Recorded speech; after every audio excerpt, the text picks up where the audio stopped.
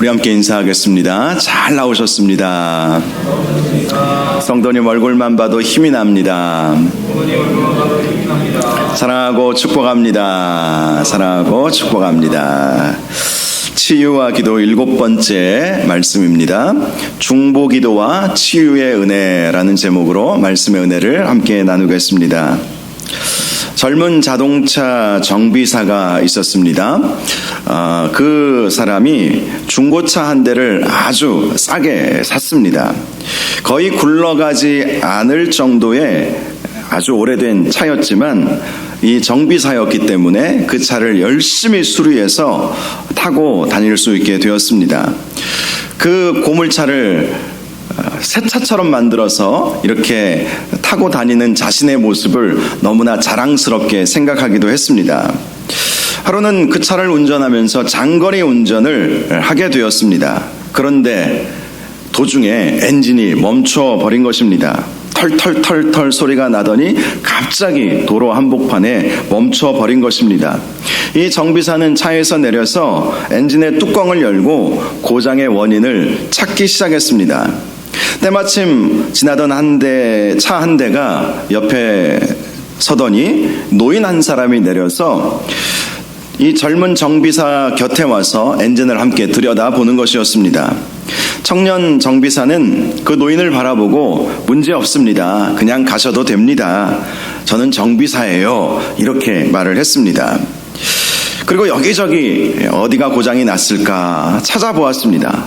그러나 아무리 찾아보아도 이 고장의 원인을 찾아낼 수가 없었던 것입니다.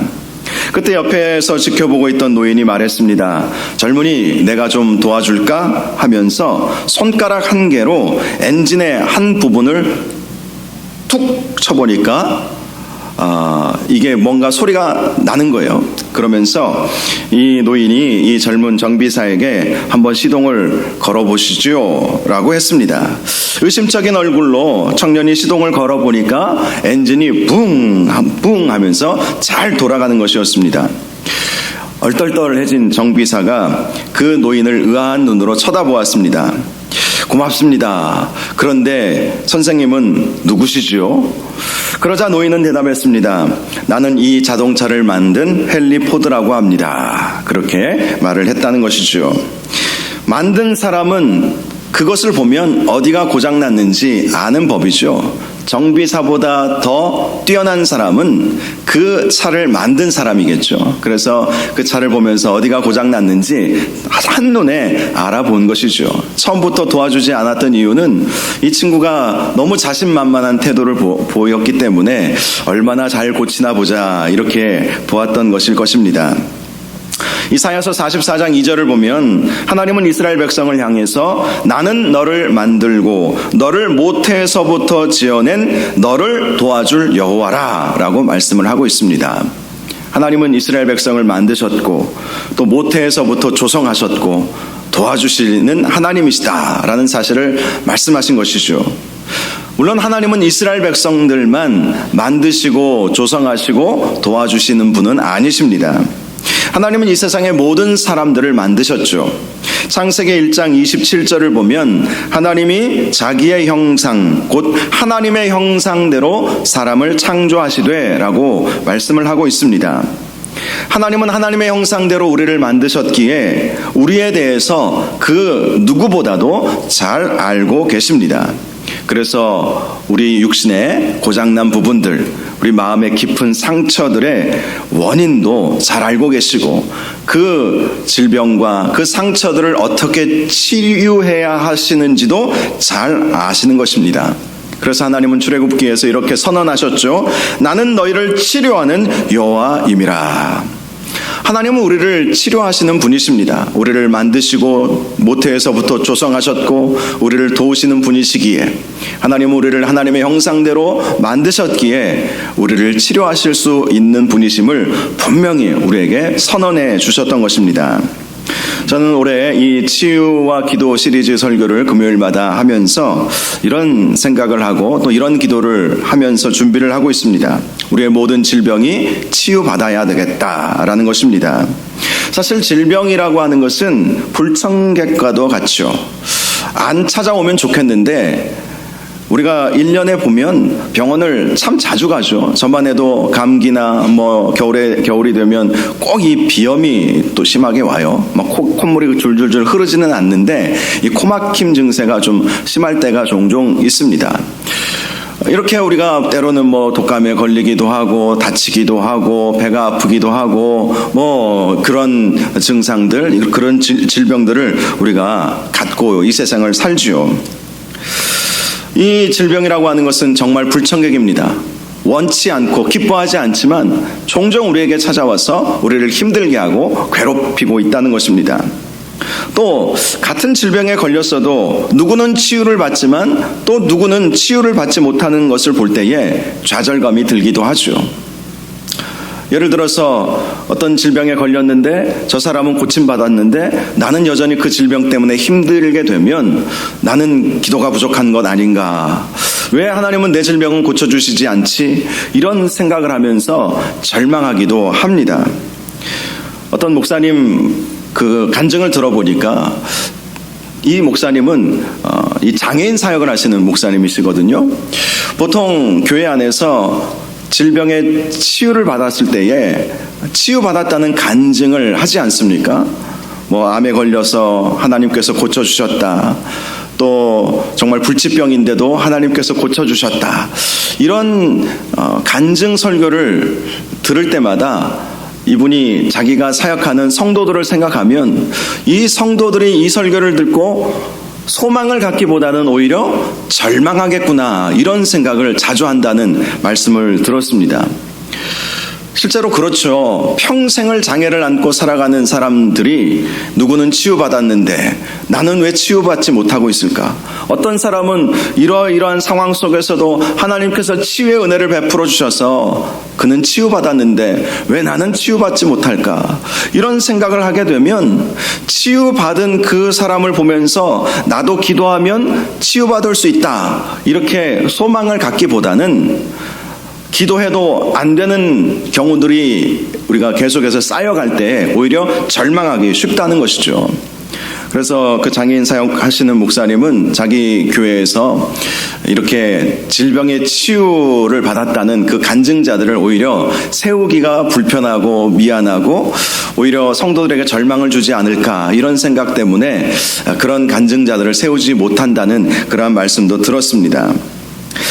사실 질병의 치유라고 하는 것은 그 질병이 고침받았다 해서 다 치유받았다고 말할 수 있는 것은 아닙니다.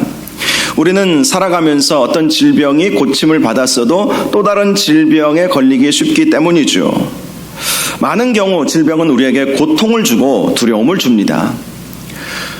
어떤 분은 암에 걸렸는데 평생 암을 안고 살아가겠다라고 생각하면서 몸 안에 암세포가 있고 크지는 않을지라도 암이 몸 안에 있음에도 불구하고 그것을 오히려 개의치 아니하고 살아가는 사람들도 분명히 있습니다. 자연인이다 이런 프로그램들 보면 그런 분들의 이야기를 종종 보죠. 어떤 현대의학적으로 고치지 못한 질병에 걸려서 산속에 들어가서 좋은 공기 마시면서 비록 이 내 몸 안에는 나의 질병이 있지만 좋은 공기 마시고 자연과 벗삼아서 살다 보면 자연적으로 치유받기도 하고 또 그렇게 살다가 또 때가 돼서 죽으면 죽으리라는 그런 마음을 갖고 그렇게 자연 속에 산 속에서 살아가는 그런 사람들도 사실은 있지요. 여러분, 가장 중요한 것, 근본적인 것은 질병이 아닙니다. 두려움과 절망에 빠지는 것이 사실은 더 무서운 것이죠. 어떤 질병에 걸렸어도 오히려 그것 때문에 기뻐하는 사람들도 있어요. 그 질병이 오히려 자신을 더 거룩하게 만들었고 그 질병으로 인해서 하나님을 더 깊이 묵상할 수 있게 되었고 말씀을 더 깊이 바라볼 수 있게 되었다고 간증하는 그런 분들도 분명히 있습니다. 사도 바울도 사실 그런 모습을 우리에게 보여주지 않았습니까? 고린도 후서 말씀을 보면 사도 바울은 자기 자신 안에 있는 사탄의 가시를 치유받기 위해서 3번 주님 앞에 간구했다고 말씀하고 있습니다. 3번 간구했다는 것은 완전수 개념이에요. 예수님도 겟세마네 동산에서 1시간씩 3번 기도하고 이제 제자들과 함께 십자가에 달려 죽기 위해서 대제사장들에게 잡히시는 그 사건도 나오죠. 예수님은 광야에서 공생의 사역 시작하기 전에 마귀에게 3번 시험을 받았습니다. 이 3이라고 하는 숫자가 참 중요한 개념을 가지고 있어요. 마귀에게 3번 시험 받았다는 것은 완전한 시험을 받으셨지만 이기셨다는 것을 말씀해 주는 것이고요. 예수님께서 십자가 지시기 전에 3번 주님 앞에 간구했다는 것은 완전한 기도를 하나님 앞에 올려드렸다는 것입니다. 사도 바울도 자신의 질병의 치유를 위해서 3번 간구했다라고 하는 것은 정말 3번만 기도하고 끝난 것이 아니라 최선을 다해서 완전한 기도를 하나님 앞에 드릴 수 있는 최고의 기도를 하나님 앞에 올려드렸다는 것을 의미하는 것입니다. 그런데 주님께서 이렇게 말씀해 주셨죠. 내 은혜가 내게 족하다. 이는 내 능력이 약한 데서 온전하여 짐이라. 한마디로 사도 바울이 간절히 하나님 앞에 이 사탄의 가시라고 하는 것은 이 질병으로 인해서 사도 바울의 복음 증거의 사역에 방해가 되었다는 것을 말씀하는 거잖아요. 그가 어떤 질병에 걸렸는지는 확실치는 않지만 대략적으로 눈이 안 좋았을 것이다라고 보는 사람들도 있고요. 또 이 극심한 고통, 두통과 같은 이 사탄의 가시, 찌르는 듯한 그 고통이 그 가운데 있었다고 말하기도 합니다. 그리고 현대 언어로 뇌전증이라고 하는 갑자기 픽픽 쓰러지는 그런 질병에 걸려 있었던 것은 아닐까 이렇게 보는 학자들도 있습니다. 어떤 질병이었는지는 모르지만 그의 사역에 있어서 이 질병은 결코 그에게 도움이 되지 않았어요. 복음을 전하려고 하는데 눈이 잘 보이지 않는다? 이거 참 힘든 일이죠. 예를 들어서 저만 해도 눈이 뭐 그렇게 나쁘진 않죠. 원래는 제가 눈이 굉장히 안 좋았는데 라식 수술을 해서 안경을 쓰고 있지 않습니다만 라식 수술한 지 지금 15년 넘어가니까 눈이 조금씩 이렇게 예전만큼 밝지는 않더라고요. 예를 들어 멀리서 어떤 권사님이 지나가시는데 제가 못 알아봐요. 권사님은 저를 알아보는데 그러면 어떻게 되겠습니까? 목사님이 자기를 보고 인사도 안 했다고 그렇게 말하지 않겠어요? 이 사역자가 눈이 안 좋은 것은 마이너스면 마이너스지 플러스 요인은 결코 아니에요. 사도 바울도 그런 것이죠. 설교하다가 픽픽 한 번씩 쓰러져 본다고 생각해 보십시오. 얼마나 힘들겠습니까?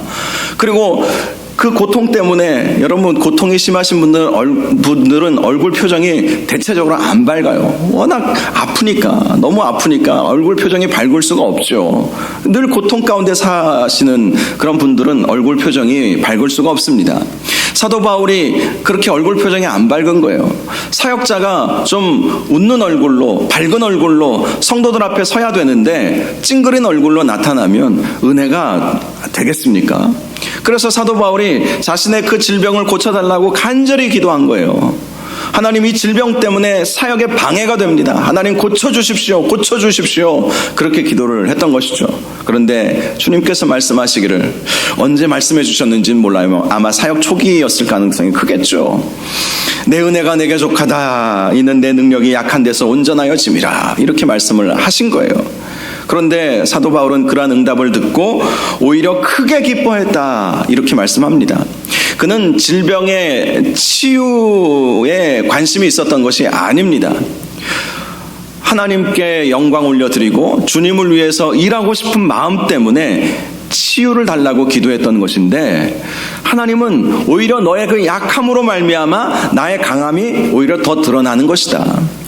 네가 그 약한 그것이 나에게는 강함이고 오히려 더 강력하게 주의 복음이 선포되는 놀라운 역사가 일어나는 것이다. 이렇게 말씀을 해 주시니까 자신은 질병을 치유받지 못했어도 자기가 원하는 질병 치유는 없었지만 오히려 그는 기뻐할 수 있었고 그 질병 때문에 절망하지 않았고 오히려 그 질병을 안고 아프면 주님께서 강하게 오늘도 역사하시겠구나. 왜 이렇게 머리가 아프지? 오늘 주님께서 역사하시는 날이구나. 그렇게 긍정적으로 생각을 바꾸면서 사역을 감당했던 것입니다. 그런 관점에서 생각해 보면 사도 바울은 질병에 걸린 것이 아니라 오히려 그 질병으로 더 하나님 앞에 영광을 올려드리고 주님의 뜻을 이루는 그러한 삶을 살 수 있게 되었던 것입니다.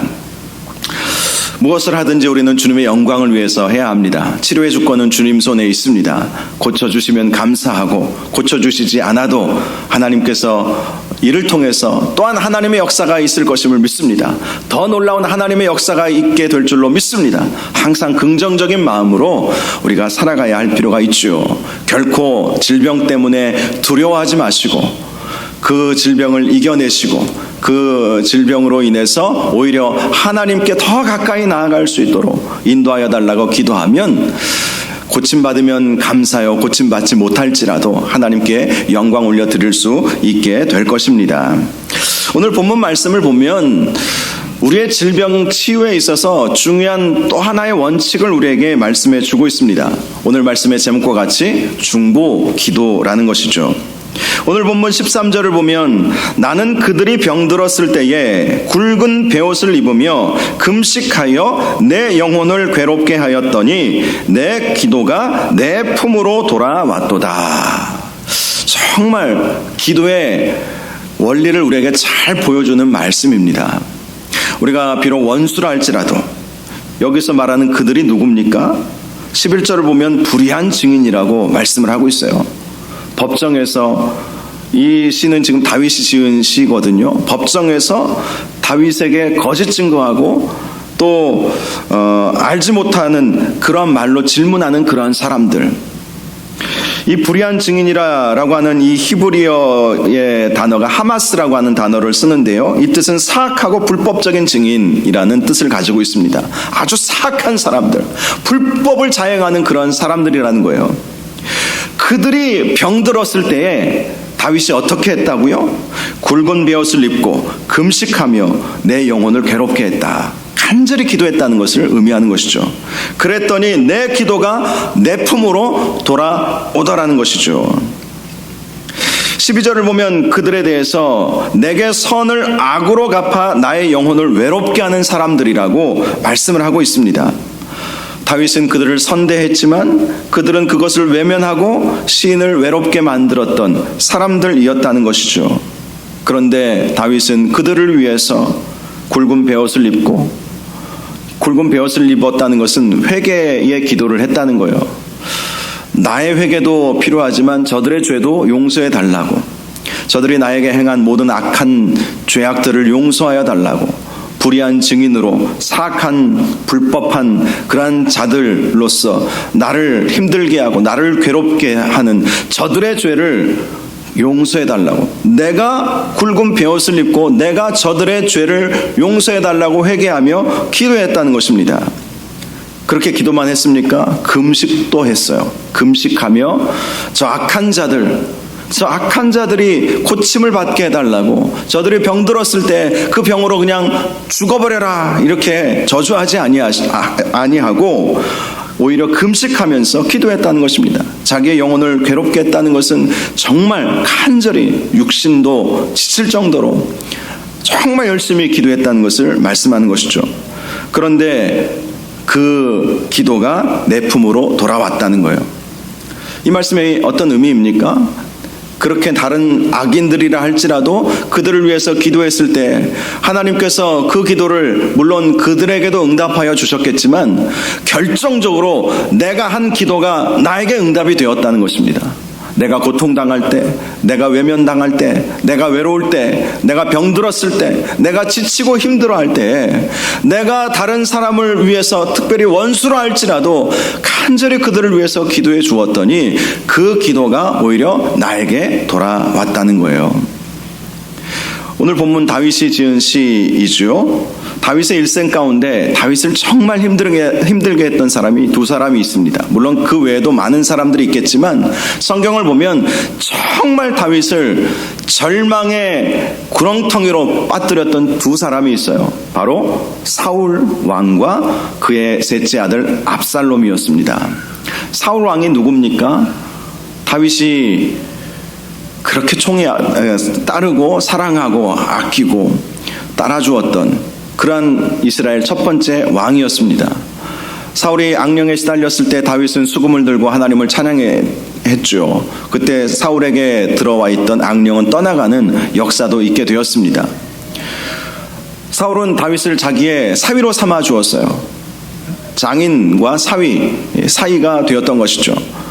사울 입장에서는 얼마나 듬직한 그런 사위로서도 얼마든지 받아줄 수 있는 사위 아니었겠습니까? 다윗은 골리앗을 무너뜨린 그러한 용맹한 장수가 되었고요. 또 그가 가서 치르는 전쟁마다 다 승리하고 돌아왔습니다. 그러니 얼마나 믿음직했겠어요. 그런데 사울은 다윗을 죽이려고 했죠. 사람들이 다윗은 만만이요 사울은 천천히라 이렇게 말하는 바람에 그에게 들어와 있었던 악령이 더 강하게 역사함으로 말미암아 그가 다윗을 미워하고 결국은 죽이려고 했습니다. 정말 끝까지 쫓아다녔어요. 다윗이 이곳으로 피하면 다 수소문해 갖고 쫓아가고, 어디 광야에 피했다 그러면 거기까지 따라가고, 뭐 어디 누구 집에 숨어 있다 그러면 거기에 따라가서 그 집을 완전히 말살해버리고 다윗을 찾아다니고 죽이려고 그렇게 했던 사람이 사울이었습니다. 또 하나 압살롬은 다윗의 셋째 아들로 다윗이 너무나도 사랑하고 아꼈던 아들이었어요. 그런데 이 압살롬이 아버지를 반역하죠. 그래서 아버지의 왕위를 찬탈하는 사건을 벌입니다. 시도에 그친 것이 아니라 실제로 아버지를 쫓아버리고 자기가 왕좌에 잠시 동안 앉아 있었어요. 그런데 다윗은 사울이 그랬을 때에도 사울을 미워하지 않았죠. 사울을 죽일 수 있는 두 번의 기회가 있었지만 죽이지 않았습니다. 하나님께서 기름 부어 세우신 이스라엘의 왕을 어찌 내 손으로 죽일 수 있느냐 하면서 그를 죽이지 않았습니다.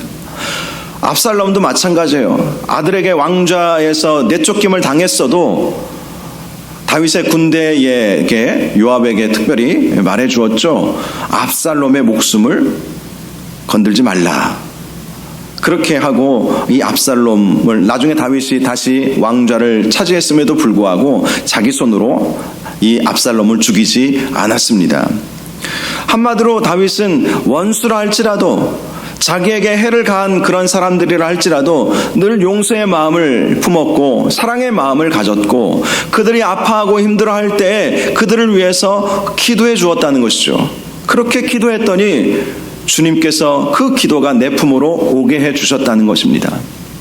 다윗은 인생을 살면서 여러 번의 실수를 하기도 했습니다. 우리아의 아내를 범한 사건, 그리고 또 우리아를 전쟁터의 최전방에 내몰아서 죽이게 한 사건, 그것은 다윗의 인생에 있어서 가장 큰 오점이죠.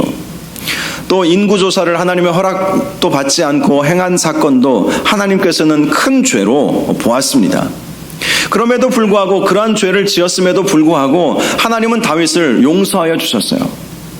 다윗을 늘 품어주셨고 다윗을 사랑해 주셨고 다윗에 필요한 모든 것들도 다 이루어 주셨던 것을 성경은 우리에게 말씀해 주고 있죠.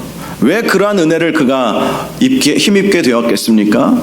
그가 베푼 그 은혜가 다시 그에게 돌아오게 되었던 것이죠. 오늘 본문을 통해서 깨닫게 되는 것이 있습니다. 다윗은 원수들을 위해서 기도했지만 우리가 기도해 줄 대상은 원수들이 아니라 할지라도 우리의 이웃과 형제 자매들, 그리고 함께 신앙생활하고 있는 성도들을 위해서 우리가 함께 기도해 줄 수 있다면 그 기도가 우리에게로 돌아오게 된다는 것이죠. 제가 전에 섬겼던 교회에서 기도 담당 사역자로 한 2년 정도 제가 사역을 한 적이 있었습니다. 제가 이제 중보기도 사역팀을 맡아서 이 중보기도 학교도 이끌고 또 기도와 관련된 모든 사역을 제가 기획하고 총괄했던 그러한 사역을 한 2년 정도 했었는데요. 선교 부서를 맡으면서 같이 제가 했었는데요. 기도팀을 이끌고 좀 그 본이 될 만한 교회들을 탐방한 적이 있었습니다. 서울의 사랑의 교회, 중보기도로 유명한 기도 사역으로 유명한 그러한 교회들을 좀 탐방을 했었어요. 분당의 지구촌 교회, 또 의정부에 있는 광명교회, 최남수 목사님 아주 이 기도학교 전국적으로 열면서 아주 뜨겁게 기도하는 그러한 교회로 알려져 있지 않습니까? 그런 교회들을 탐방하면서 안내해 주시는 분들의 설명을 들으니까 공통적으로 하시는 말씀이 있더라고요. 자기 교회가 이렇게 기도 사역에 활성화될 수 있었던 이유는 간증이 많기 때문이라는 거예요.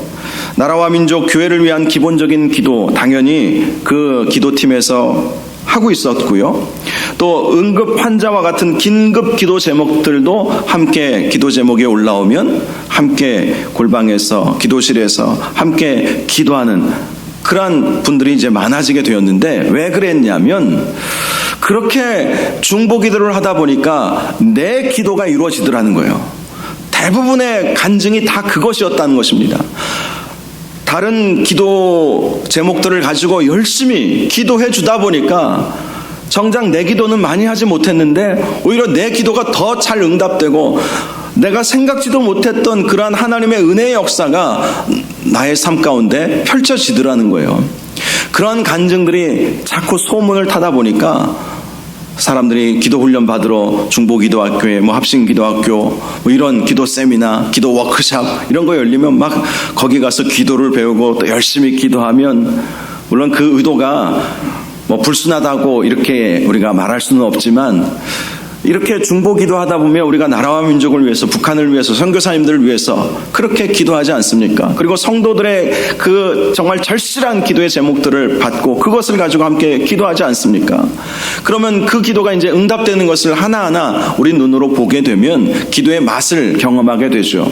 그런데 더 큰 은혜는 그렇게 기도하다 보니까 나의 시급한 기도의 제목들도 그대로 이루어지더라는 그 간증들이 막 소문을 타니까 사람들이 기도 사역에 재미를 붙이고 그렇게 더 많은 사람들이 기도 훈련 받겠다, 그렇게 하면서 중보기도학교, 합심기도학교 이런 학교로 와서, 보통 그 기도 훈련 프로그램이 그렇게 돼 있어요. 한 10주 정도, 12주 정도, 일주일에 한 번씩 2-3시간 강의 듣고 또 같이 기도하고, 그 훈련 과정을 마치면요, 나머지 이제 보통 12주 같은 경우는 3개월 훈련을 받잖아요. 3개월 훈련을 받고 나머지 9개월 동안은 기도실, 기도방 이런 걸 만들어 놓고 의무적으로 일주일에 몇 시간씩 가서 기도의 자리를 지키도록, 그렇게 1년간의 기도 이론적인 것을 배우고 또 나머지 3분의 2는 실질적인 기도 사역에 이렇게 들어가게 하는 거예요. 그렇게 하고 나서 1년 후에 이제 수료하게 하는 그 프로그램입니다. 수료하고 나면 자원하는 분들은 계속해서 중보기도 사역에 들어가서 정해진 시간에 일주일에 한두 번씩 정해진 곳에 가서 그 기도 그 방에 들어가 보면 조그만 탁자 앞에 기도 제목들이 다 올라와 있어요. 그러면 기본적인 나라와 민족을 위한 기도 제목, 교회를 위한 기도 제목, 또 긴급 기도 제목들 이렇게 이제 올라와 있으면 그걸 가지고 1시간이고 2시간이고 이렇게 기도하다가 이제 집으로 돌아가는데요. 그렇게 그 나머지 1년 후는 자원하는 마음으로 원하시는 분들은 그렇게 기도하도록 그렇게 하고 있거든요. 근데 그렇게 기도하다 보니까, 다른 분들을 위해서 기도하다 보니까 나에게 오히려 더 큰 은혜가 오고 내가 미처 기도하지 못했던 기도 제목들까지도 이루어지는 것을 경험하니까 입소문을 타서 기도 사역이 활성화되었다. 이것이 제가 탐방했던 교회들마다 공통적으로 하셨던 말씀인 것이죠. 오늘 본문이 바로 그것을 잘 보여주고 있습니다. 비록 원수와 같은 자들이라 할지라도 그들이 병들었을 때 그들을 위해서 굵은 베옷을 입고 금식하며 그들을 위해서 기도했을 때, 내 영혼을 괴롭게 하면서까지 기도했을 때 결국 그 기도가 내 품으로 돌아오더라.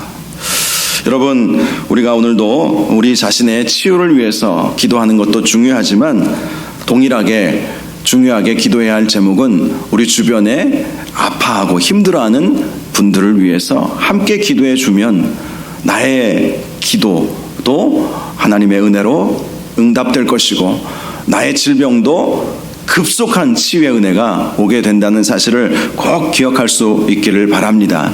그래서 이 시간에 우리가 함께 기도할 때 우리가 생각나는 대로 우리 주변에 우리 교회 성도들 가운데 몸이 연약하시고 연세가 많이 드셔서 예전에는 교회 열심히 예배도 빠지지 않고 나오셨지만 지금은 나오기 힘들어하시는 분들, 또 이 모양 저 모양으로 아파하시고 힘들어하는 그런 분들 생각나는 대로 이 시간 함께 기도해 주시고, 또 여러분의 가족들 또 일가 친척 가운데 정말 이 질병의 문제로 또 마음의 상처와 같은 그 아픔의 문제로 힘들어하는 분들이 있다면 그들을 위해서 함께 기도해 주시는 시간을 먼저 가질 수 있기를 바랍니다. 그러면 그 기도가 결국은 나에게로 돌아오게 되어 있다는 사실을 꼭 기억하시고 함께 기도할 수 있기를 원합니다. 제가 먼저 말씀드린 것처럼 우리가 치유를 위한 중보기도, 먼저 하나님 치유를 위한 중보기도자가 되게 하여 주옵소서. 그리고 우리 주변에 아픈 분들, 힘들어하는 분들의 그 아픔과 질병과 모든 것들을 하나님께서